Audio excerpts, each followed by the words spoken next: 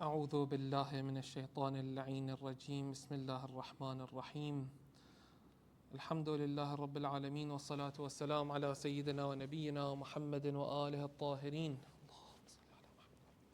وعلى أهل بيته الطيبين الطاهرين المعصومين واللعنة الدائمة على أعدائهم أجمعين اللهم كل وليك الحجة بن الحسن صلواتك عليه وعلى آبائه في هذه الساعة وفي كل ساعة وليا وحافظا وقائدا وناصرا ودليلا وعينا حتى تسكنه أرضك طوعا وتمتعه فيها طويلا.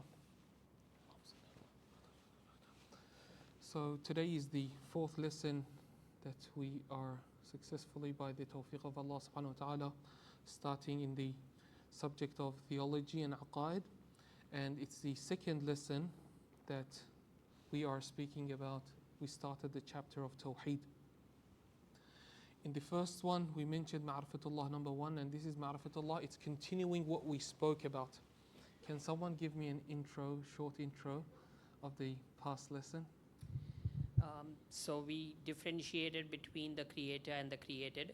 Then we went on to explain how many different types of creation are there, in the indirect, the direct and the indirect. The direct being created directly by God, and indirect being created by something that's already created. Secondly, we also explained or we explored that anything that is created has flaws, and if the creator had flaws, then he wouldn't have been the creator. The attributes of need, and dependency, this itself, this attribute of dependency, is a proof that it is dependent on an independent. So now we are continuing that same, let's say, that same notion. So, as we mentioned, the chapter is called Tawheed, but before we speak about the oneness of Allah subhanahu wa ta'ala, first we need to establish the existence of a creator, then we speak about how many are they. So we are at this stage just raising awareness about a God. Then we'll prove that God can only be Allah subhanahu wa ta'ala, can be Al-Hakim, Al-Aziz, Al-Alim, the attributes that inshallah we'll be mentioning. So let's not rush it, and we want to establish this foundation as strong as possible. So can you please read Cognition of God? Cognition of God and the chain of causes of actions. If you see a pen moving on a paper, drawing random lines or creating a beautiful design, you naturally wonder and ask about the mover of the pen, even if you do not see them. This is because you know the pen itself is incapable of movement, even disorganized and random. This aligns with the intellectual principle. If something incapable of action performs that action, we know it is relying on something else. If you ask about the artist or mover of the pen, would you ask if someone told you that it was another long stick attached to that end of the pen? Would you accept if someone told you that it was another long stick attached to the end of the pen? Certainly not. Can you please continue? Certainly not. You would not be asking about another weak, motionless stick like the pen. You would naturally understand that this stick is being controlled by someone who is capable of such action. The intermediary rule of this stick does not negate the existence of a maker, nor can the action be attributed to the lifeless stick. Ahsantum. Okay, so what we want to establish in this part is that you might not directly see Allah subhanahu wa ta'ala's hand doing something or creating something. Obviously, Allah subhanahu wa ta'ala doesn't have a physical hand. But these causes of actions are itself a proof that there is a doer, there is a maker. We mentioned the example of the pen. One might claim another being like human, another creation is the doer of it. As we mentioned, in this part we want to establish the fact that that being that brought this existence into existence cannot be and cannot share the attributes of this creation. That's what we want to establish. We're not going further ahead. The next attributes of Allah subhanahu wa ta'ala will be mentioning it furthermore. Now we just want to say that entity, that deity, let's say, that entity, that existence, that being, that this creation is dependent upon, cannot have the attributes of this creation. That's the plain fact that we want to establish here. So we mentioned the example of the pen. A pen is moving. Someone told you another stick is moving it. You would say, the first question you would ask is, what's moving that stick? If that continues and that person answers something like it, and something that shares the same attributes of that thing that you're seeing move, you won't accept it. Why? Because you know that pen itself does not have the power to move. Or anything like it cannot be the main independent factor that this is relying upon. If there is another wood or another stick moving it, that stick must be dependent on something. Okay? This is what we want to establish here. If you then see that it is a person moving the stick, causing the pen to move and draw these lines, the next question would be, is this person who is moving the pen through their ability and knowledge, independent and self-sufficient, and not in need of anything for this knowledge, power, or even their existence in life? Ahsantum. So someone says, no, it's not a stick. It's another human moving it. The first thing you ask is, does that human have that faculty of its own essence, or is it dependent on something else? And we mentioned creation in its essence is limited, is poor, is dependent. So the answer would be no. Can you please continue?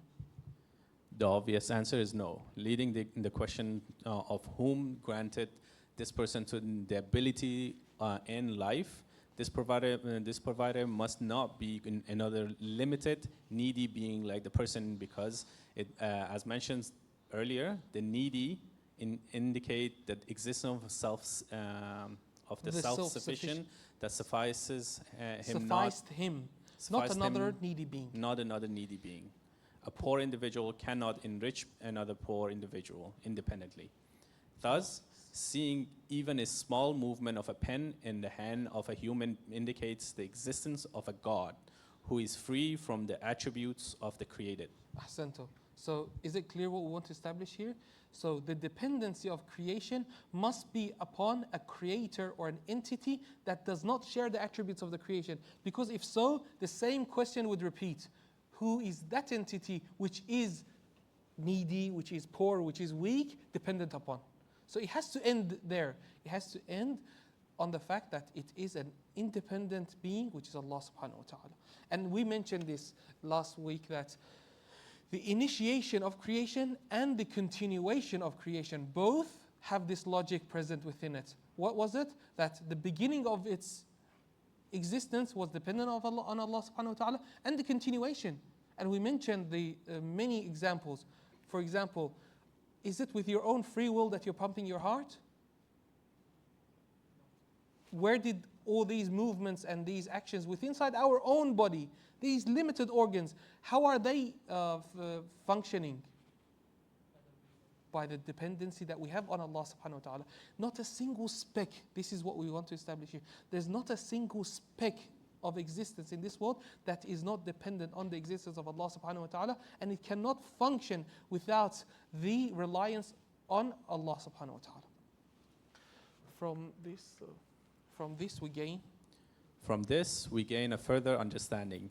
Events in the universe, whether they are be natural occurrences, cosmic phenomena, changes within the human self, technological advancements, or human actions, may be caused by natural causes or deliberate intentions. However, the presence of intermediaries and causes does not justify attributing efficiency, independence, to sufficiency, independence, to these causes and intermediaries, claiming they fulfill the needs of creations. These causes, by their very nature, are needy and dependent, showing signs of being created. They are no more than intermediaries, causes, and agents that are themselves dependent on a being whose sufficiency is self-sustained, not dependent on anything else. Ahsanta, we'll mention this in other words. I just want to clarify that someone might claim that there's all these developments, all these advancements in the world. These are all by who? Yes, by creation. Who created the iPhone? Yes, some individual with a high, let's say, IQ, with high knowledge. But that individual, was he independent? He's just merely a cause, an intermediary. These thousands of developments that the creation have, this does not nullify the fact that it is independent. It actually proves more that the more broader and the more wondrous this creation is, the more it proves that it is dependent on something far great.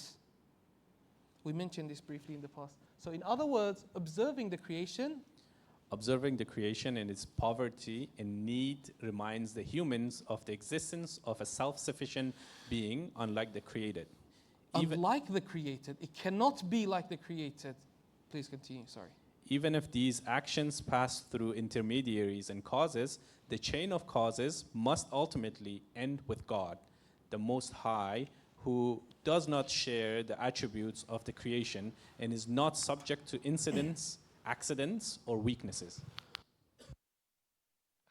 Thank you very much. So what we've established is there is a main cause. So I'll write it just. Musabbibul asbab.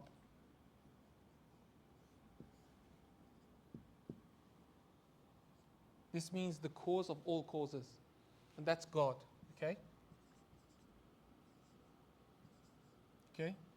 So, and then there's other as-sababs. There's other causes.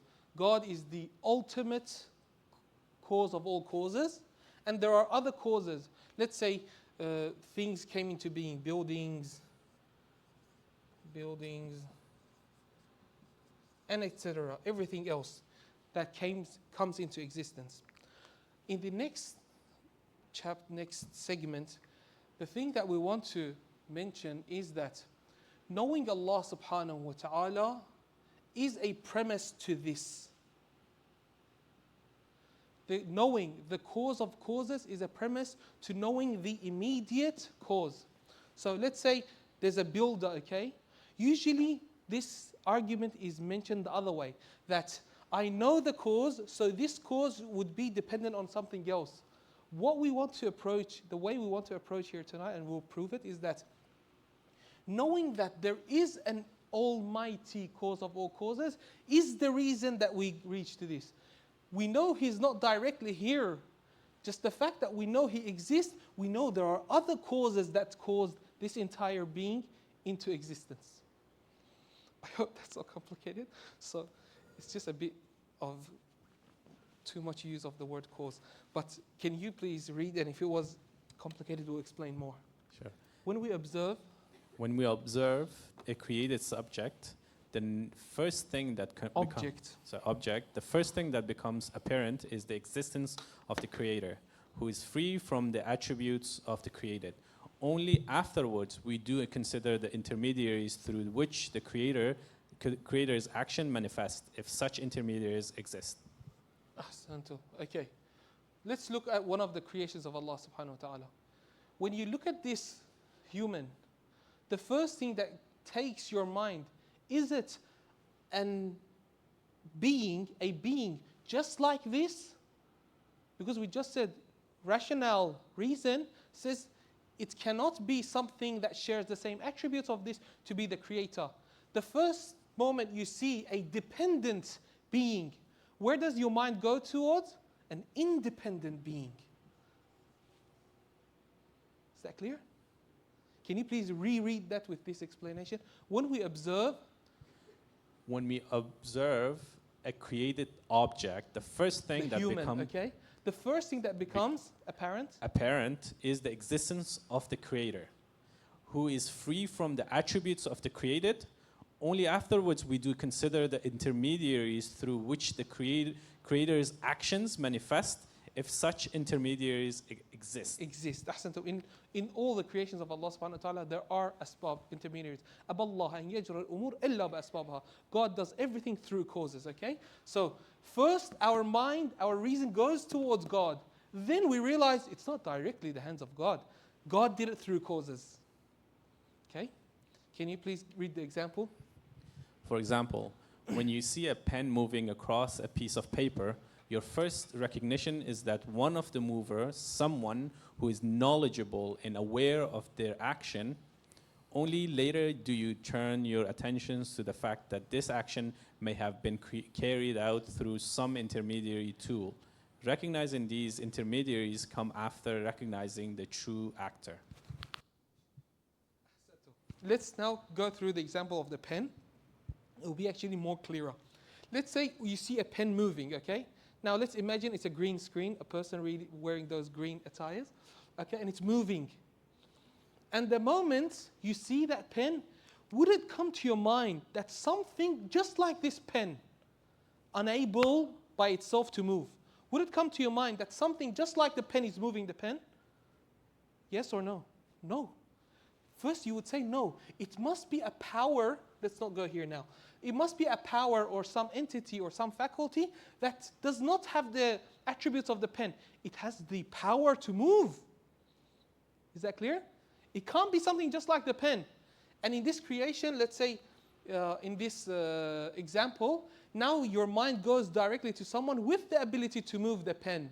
Then after it, you recognize the hand that is moving it. There is a mind, there is a soul in that human that's moving it.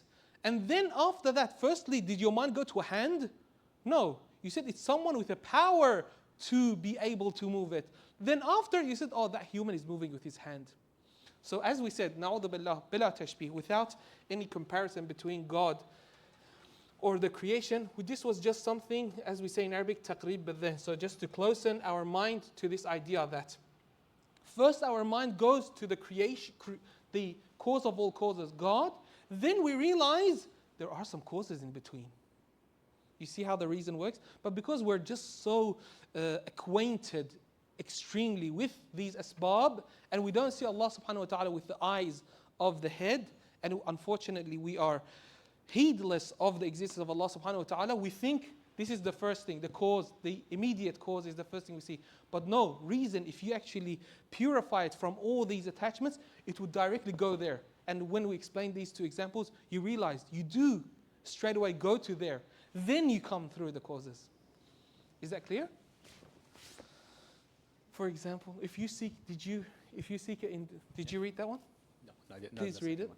If you see a weak individual rise, you immediately understand that a stronger one enables them to rise or gave them the ability to do so, whether directly or through some natural or voluntary means, not through another weak person, which isn't able like them. Which is enabled like them, which isn't able like them. Ahsantum.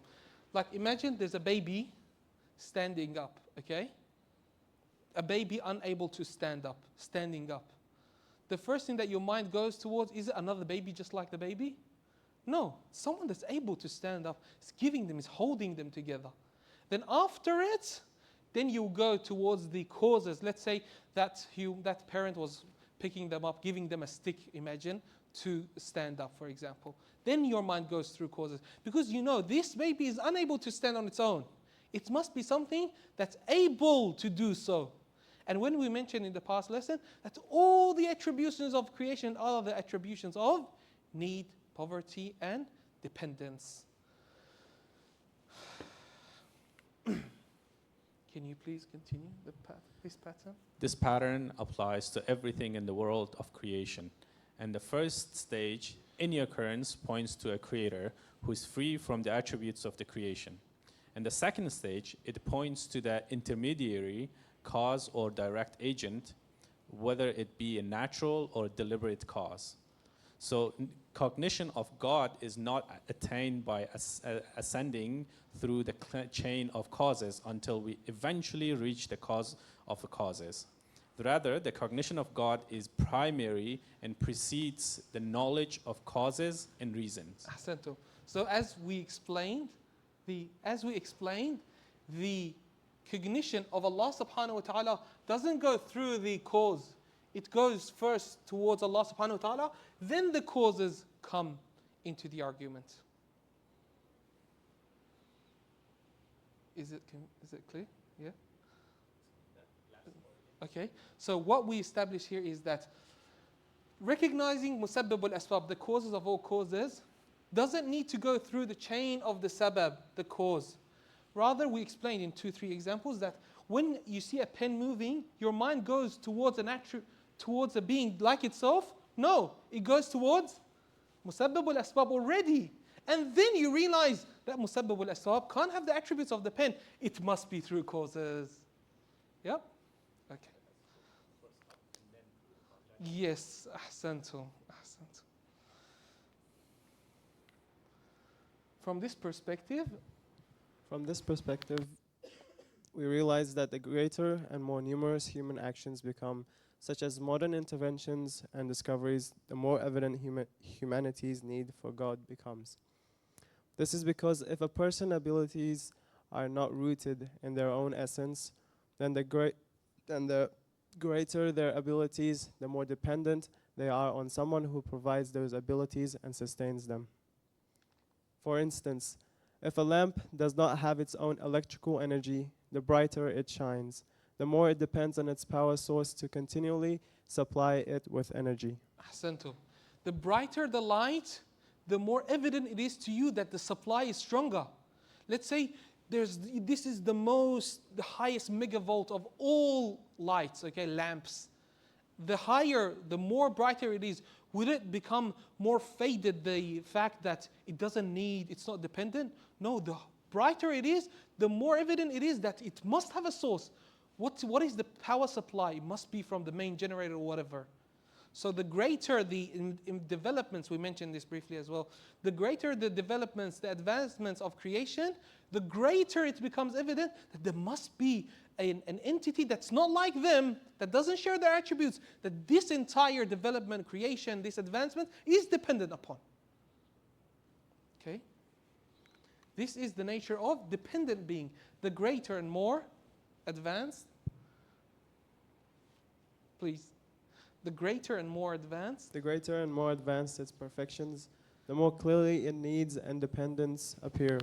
This is why the most complete human beings are the one most in need of God, since their perfections do not come from themselves, but from the one who grants them at every moment. Ahsantum. The greater that creation, the more stronger, the more powerful that needy, dependent being, the more closer it is to Allah subhanahu wa ta'ala. Who's the greatest creation of Allah subhanahu wa ta'ala? The Prophet sallallahu alayhi wa sallam. وَأَشْهَدُ أَنَّ مُحَمَّدًا عَبْدُهُ وَرَسُولُهُ. He's the true servant and slave. Why? Because he's closened himself to Allah subhanahu wa ta'ala to a level that no other creation has that deep recognition and cognition of him to be dependent on Allah subhanahu wa ta'ala. So the more cognition we have that we are dependent on Allah subhanahu wa ta'ala, the more powerful we become. But at the same time, عَبْدُهُ وَرَسُولُهُ. We are creations, we are dependents. Okay? Okay. Now from here, we're going to give some examples of debates that Imam Sadiq had with atheists.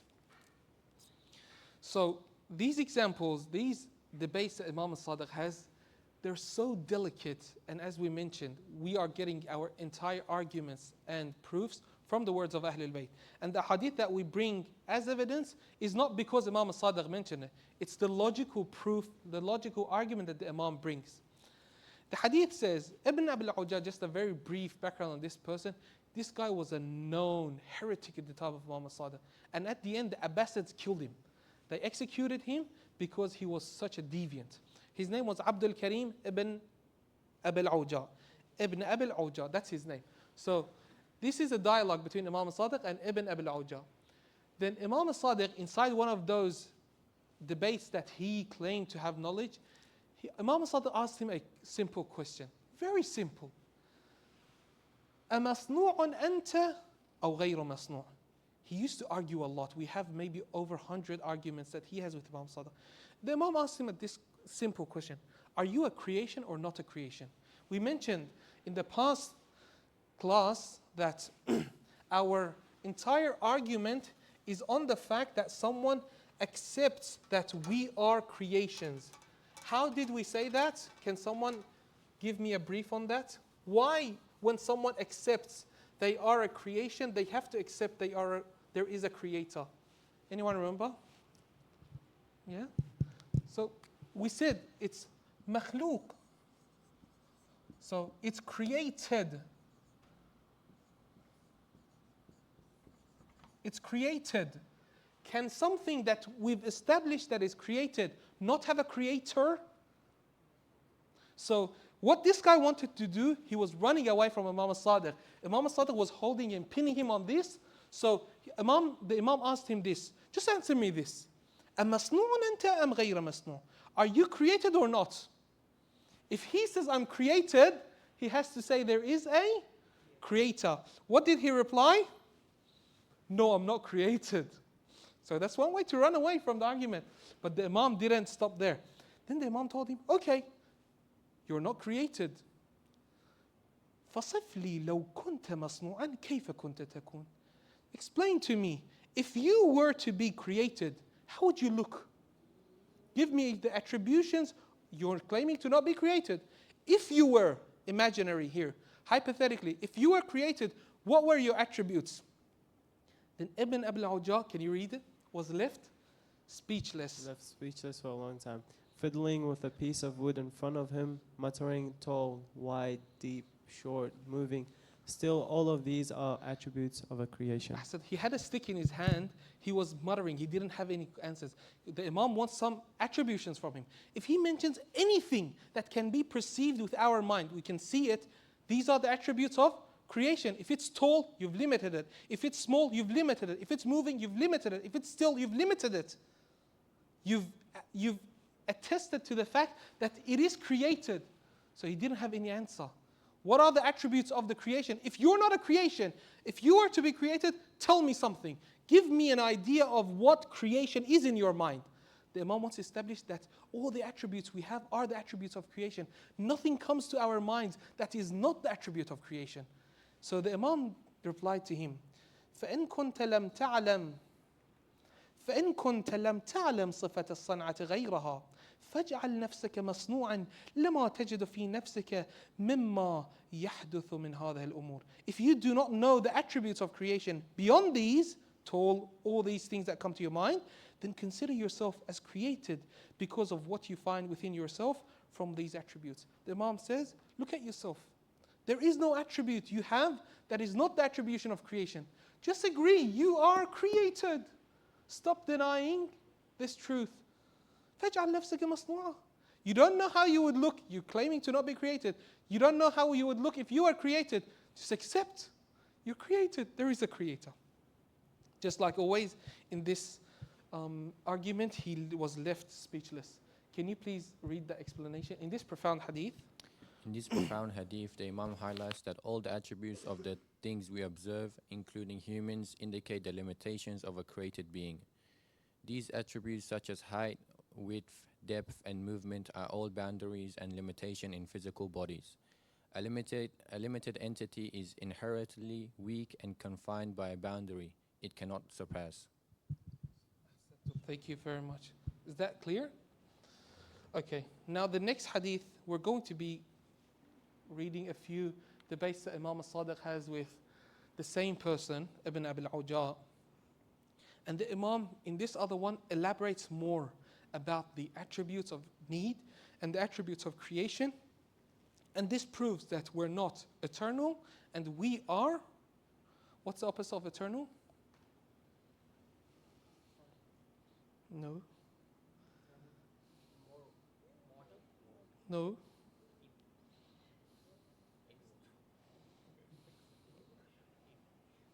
Temporal. Okay. Ahsant. Yes, temporal.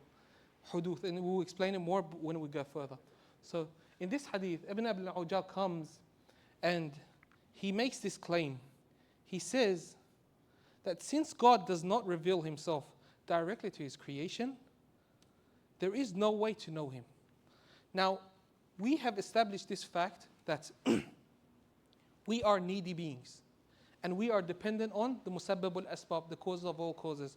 Now this guy came to Imam Al-Sadiq, these causes of all causes, this Musabbab al-Asbab that you say, I can't perceive him in any way with my senses. So if I can't perceive him, how do you expect me to believe in him? Relatively valid question, but this shows how ignorant he was. But now the Imam continues to explain to him. Can you read it? Waylaka, the English one, it's okay. Woe to you! How can he be hidden from you when he has shown you his presence within yourself? Your existence, though you were once nothing, your growth from youth to old age, your strength after weakness, your weakness after strength, your sickness after health, your health after sickness, your satisfaction after anger, your anger after satisfaction, your sorrow after joy, your joy after sorrow, your love after hate, your hate after love, your determination after hesitation, your hesitation after determination, and your desire after your aversion, and your aversion after your desire, your longing after your fear, and your fear after your longing, your hope. Your longing? Your longing after your fear, and your fear after your? And your fear after your longing, and your hope after despair, and your despair after hope, and your thoughts about what had never crossed your mind, and the vanishing of what you believed in your mind. The Imam starts to elaborate every single points of weakness and dependency that he has. These let's say, stages that we go through life, these weakness, this illness, the lack of knowledge, when let's say you get mind fogs, any type of limitations and weaknesses that you see within yourself is a sign of being dependent on someone that's not like ourselves.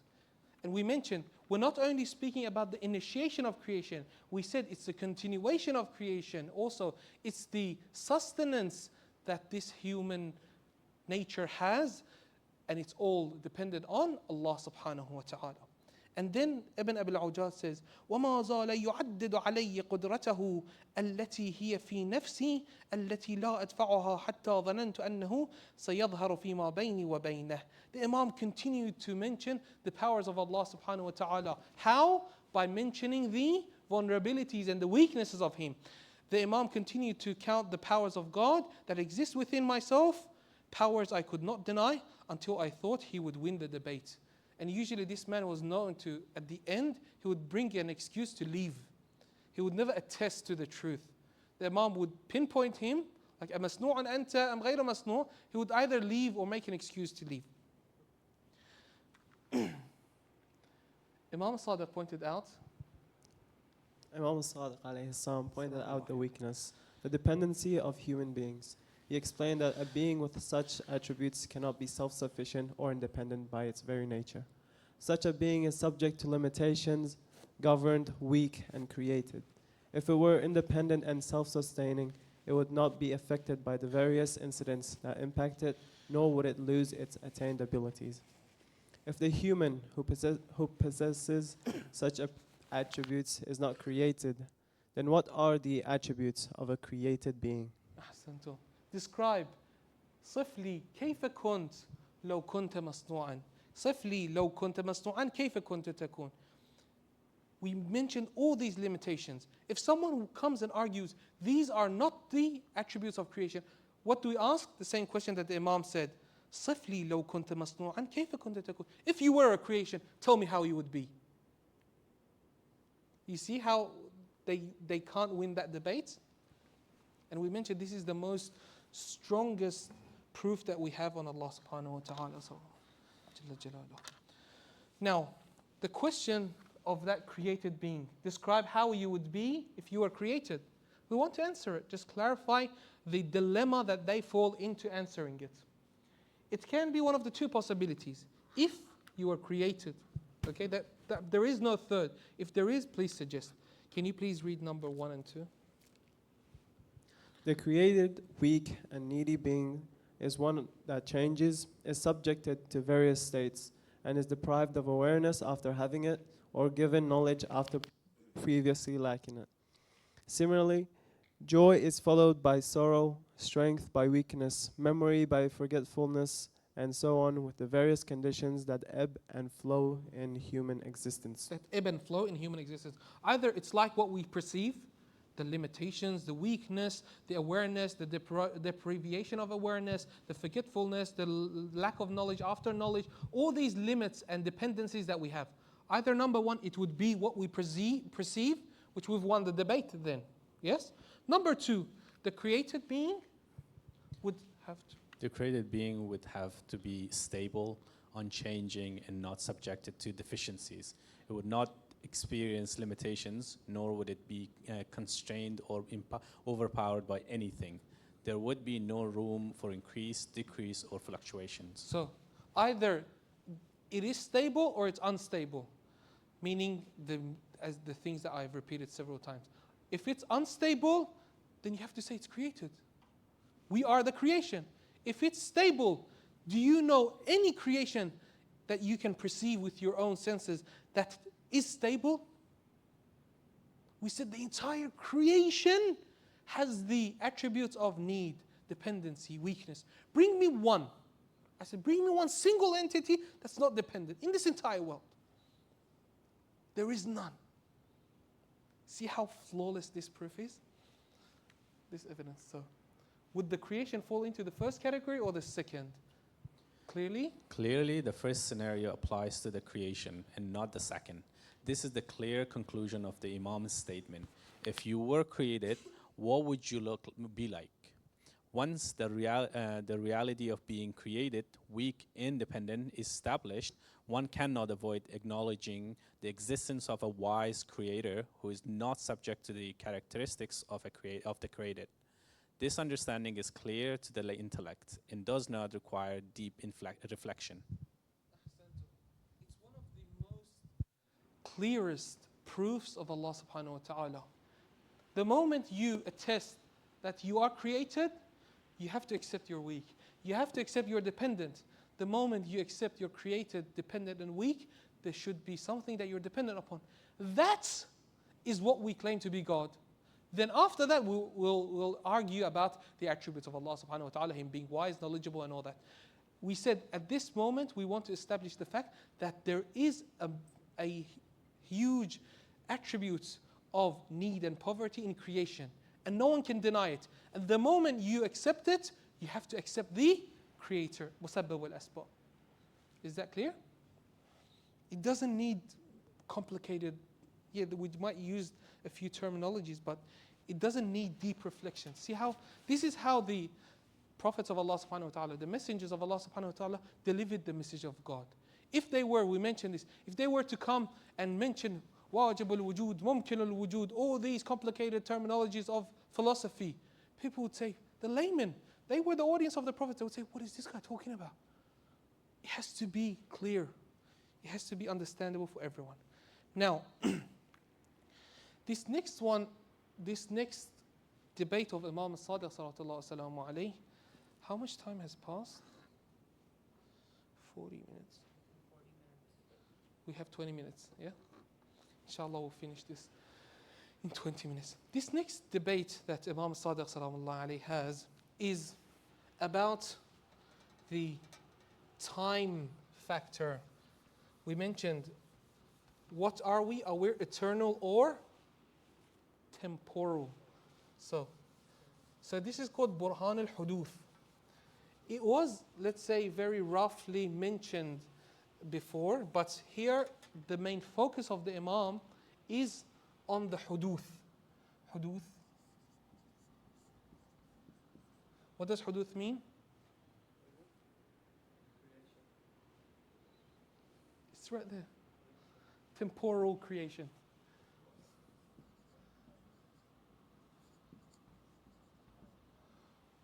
What's the opposite of Huduth in Arabic? Qidam, they call it. They mention this in Ilm Kalam also, the argument of Huduth Qidam. Al-Huduth, Huduth meaning temporal, and the eternal argument. Eternal is with E or I?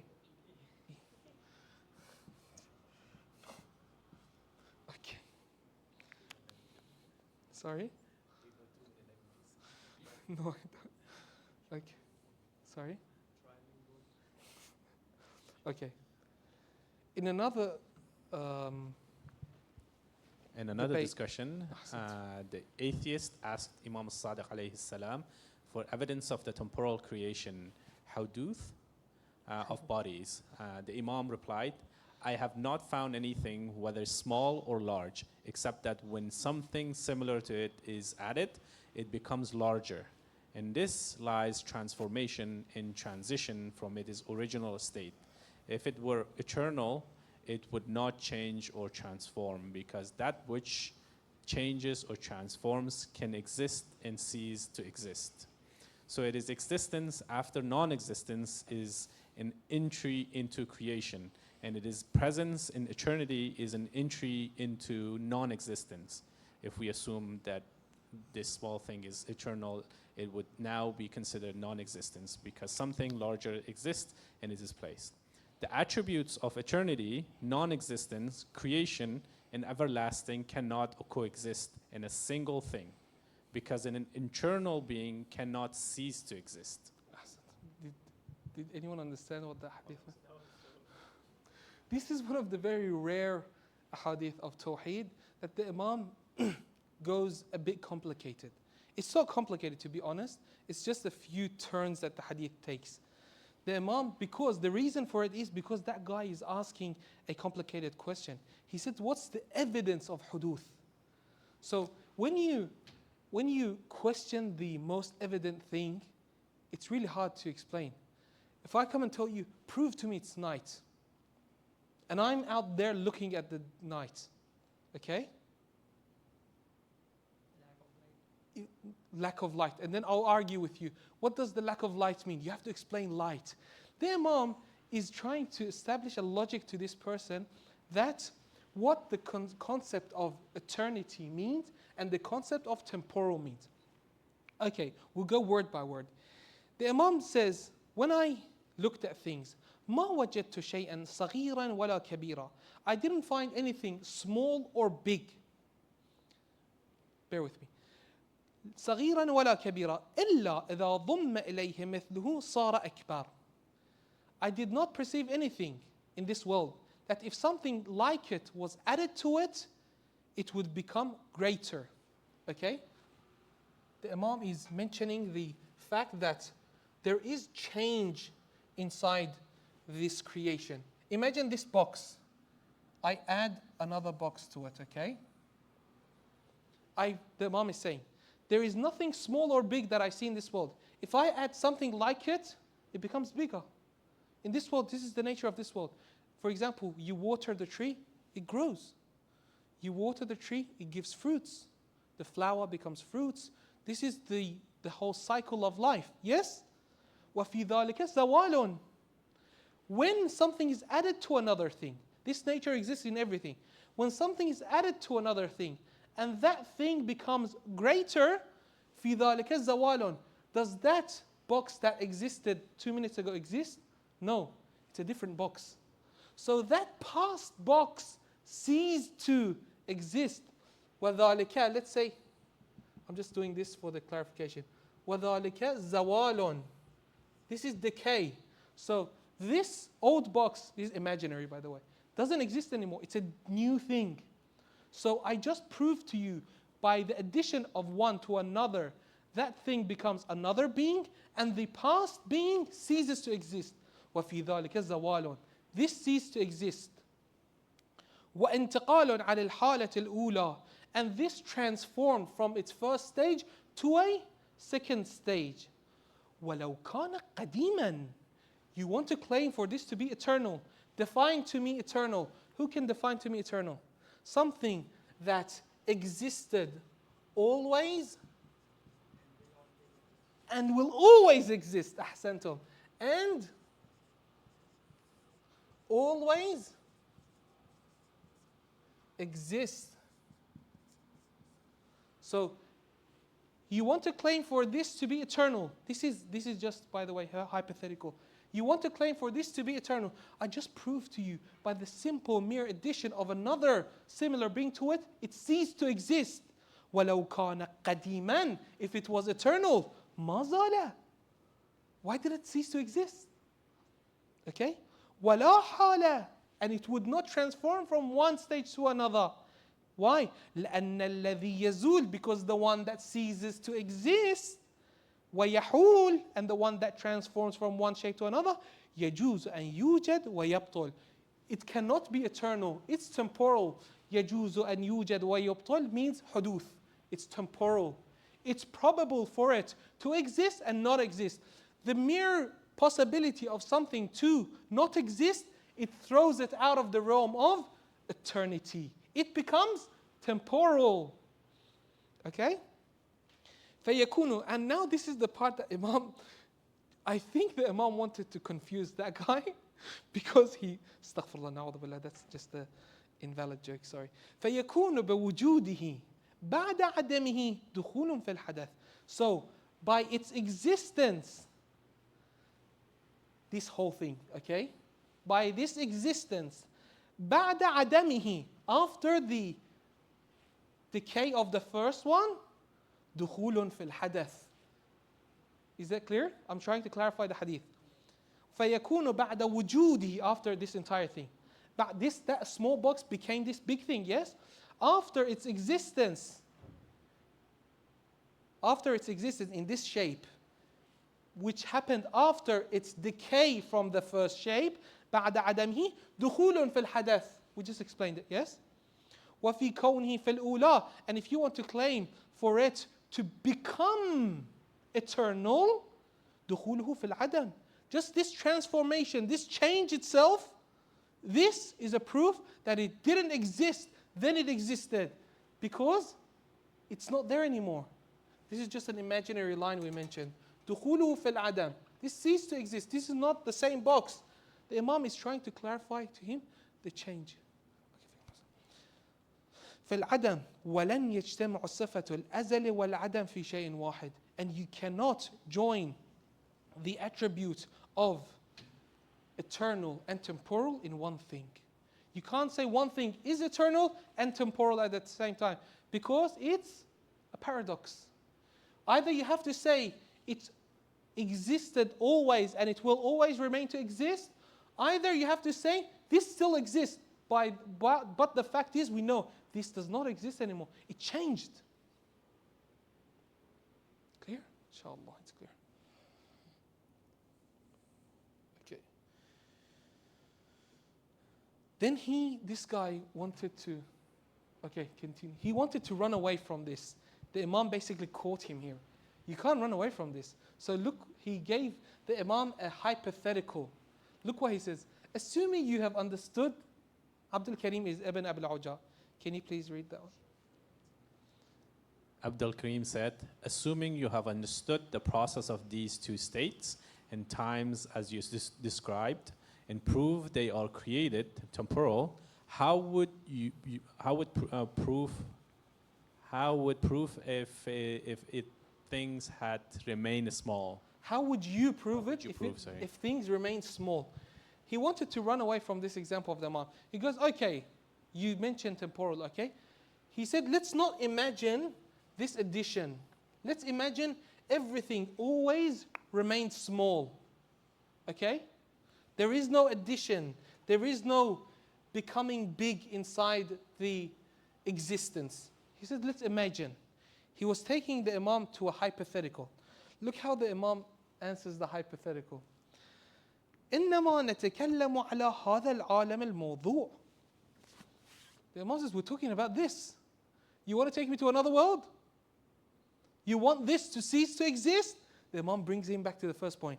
فَلَوْ رَفَعْنَاهُ وَوَضَعْنَا عَالَمًا آخَرَ لَا شَيْءَ أَدَلَّ عَلَى الْحَدَثِ مِنْ رَفْعِنَا إِيَّاهُ وَوَضْعِنَا غَيْرُهُ.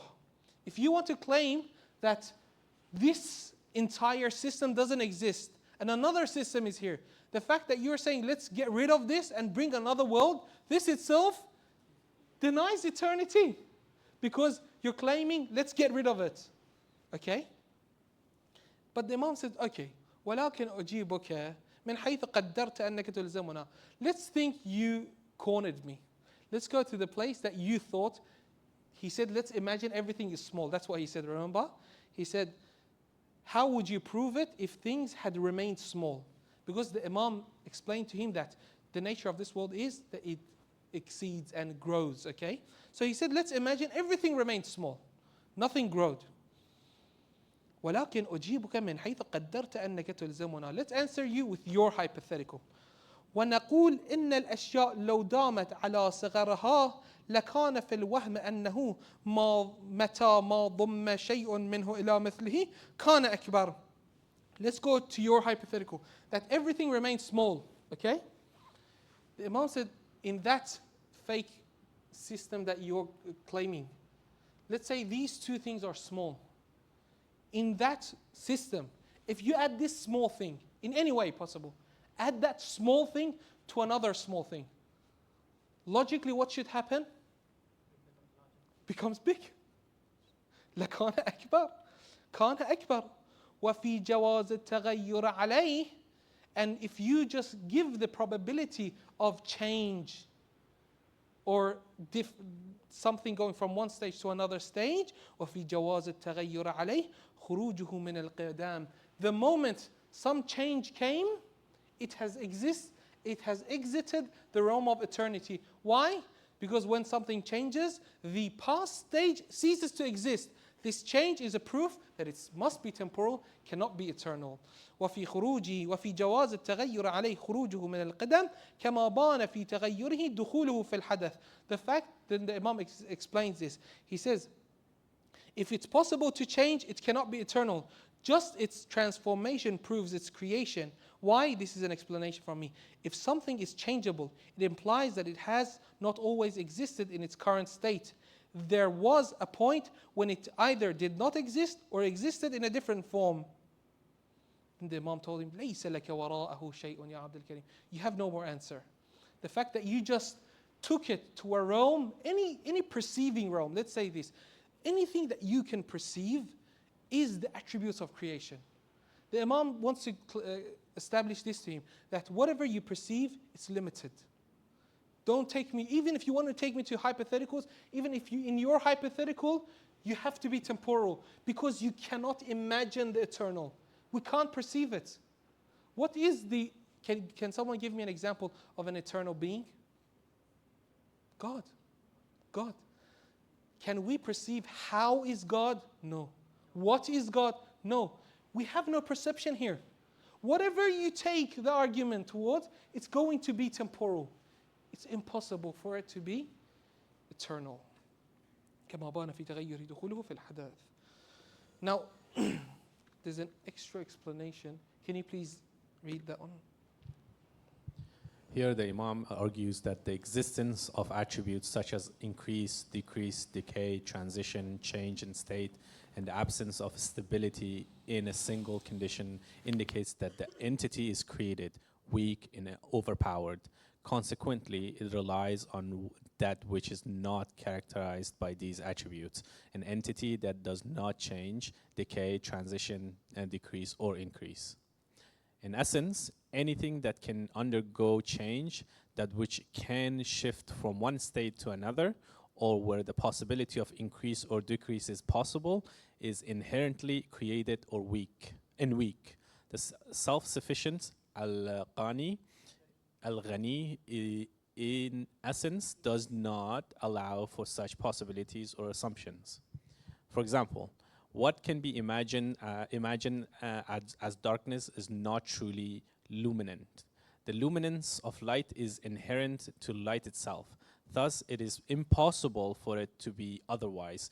Everything that allows for this possibility, darkness, is necessarily not the essence of light. This serves as proof against the possibility of thinking of Allah Almighty or attributing to Him the characteristics of created beings. Thank you very much. This last example, did anyone understand it? The light. How do we define light? Let me wipe that out. Sorry.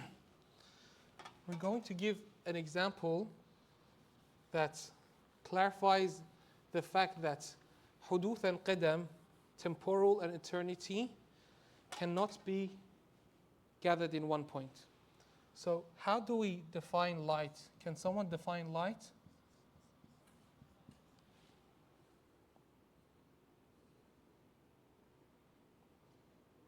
It's very attributes define it. Sorry? It's very attributes define it. Its very attribute defines it. Okay, let's say let's say you want to explain light to a baby. He has no definition, no conception of light. So in Something that allows us to see in darkness. say it again, Ahsant. Go on. Something that allows us to see in darkness. See in darkness. You just said one word that I need here. So the lack of darkness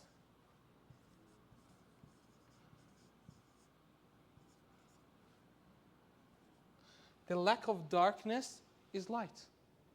This is a way that you define things. You read it in the science of logic. They call it wujud adam. The definition of light is the lack of its opposite. The lack of darkness is light. And the lack of light is darkness. Okay? Is that clear? Okay. Now with this definition, can you read the example? What can be imagined? What can be imagined as darkness is not truly luminant. The luminance of light is inherent to light itself. Thus, it is impossible for it to be otherwise. Everything, continue. Everything that allows for this possibility, darkness, is necessarily not the essence of light. This serves as proof against the possibility of thinking of God Almighty or attributing to Him the characteristics of created beings. Ahsantum. This is an example for us to understand. We mentioned creation is all the attributes of need. Okay? Let's imagine that's darkness.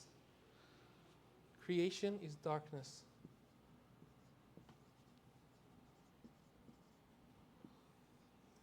Imagine, okay? This is just for the sake of the example. Creation. Everything out of this creation is light. Can light and darkness share anything? No. Because the lack of darkness is light. Okay, I won't pull this more because we don't have much time. Oh, we're finished basically. Yep.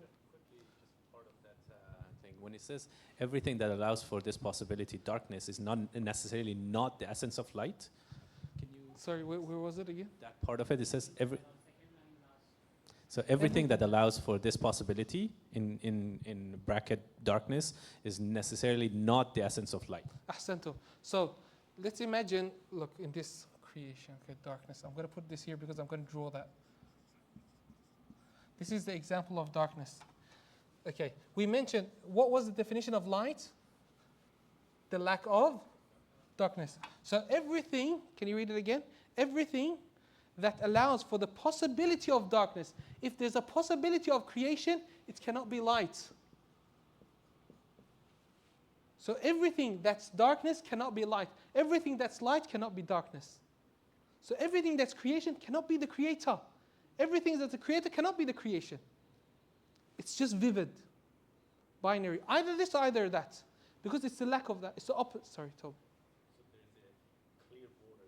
Yes. You bring me a place that it's darkness, but light is present. Possible? No. The moment light comes, darkness goes. Okay? And inshallah, in the next week, we'll be explaining 5 key points that are basically an addition to this class, but because our time was very limited, we have to leave it for the next week. And inshallah, next week we'll be explaining the Big Bang, very briefly, but how it fits inside this chapter and how we explain it. Do we deny the Big Bang or do we accept it? If we accept it, how do we accept it? And inshallah, see you all next week. And Wednesday, there is the celebration of Imam al-Rada salawatullah salamu alayhi. So the fiqh class would be taking place the next week after it. وصلى الله على سيدنا ونبينا محمد وآله الطاهرين.